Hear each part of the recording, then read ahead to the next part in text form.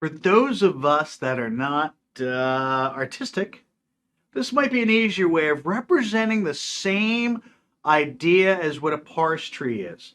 Given a grammar, given a target syntax, how do we break that target syntax into, well, frankly, the grammar and vice versa? Now, we did parse trees before this, so we're drawing things out. This time, this is using, well, frankly, sentences. And what we're doing is we're slowly showing how we can break down the sentence into our target syntax that we're after. So again, we're trying to match it with the target syntax, not trying to break it. But this time we're doing it one at a time, or one substitution at a time. Now, if you can believe this, there actually is an order of substitution that we're supposed to do, and we'll call that a derivation order, which I'll go over here in a second, so bear with me here.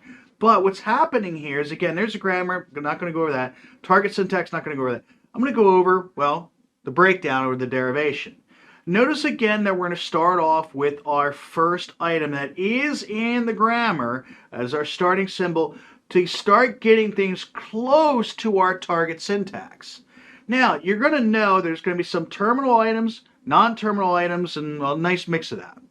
What we're going to do is we're going to slowly convert those non-terminal items into something further down in the tree that'll help us, or further down the grammar, I should say, no tree on this one, towards the target syntax. So again, we're trying to aim for the target syntax. So notice I have begin, which is already done, statement, list, and end. I'm going to go to statement, that's my next thing here in the grammar to match here, in order to get, well, a statement, colon, and statement list. That is my whole replacement, because I'm trying to find, oh, there's the colon taken care of, or semicolon I should say, and we're going to do some other things with it. Notice that each time I write a sentence here, and it's being highlighted by the orange things here, I'm only, in this case, replacing the leftmost non-terminal symbol. Now that's called a leftmost derivation, but I'll go over that here in a second. But notice all I'm doing is replacing one at a time, the leftmost one at each sentence here, to try to get it to match my target sentence that we have been given.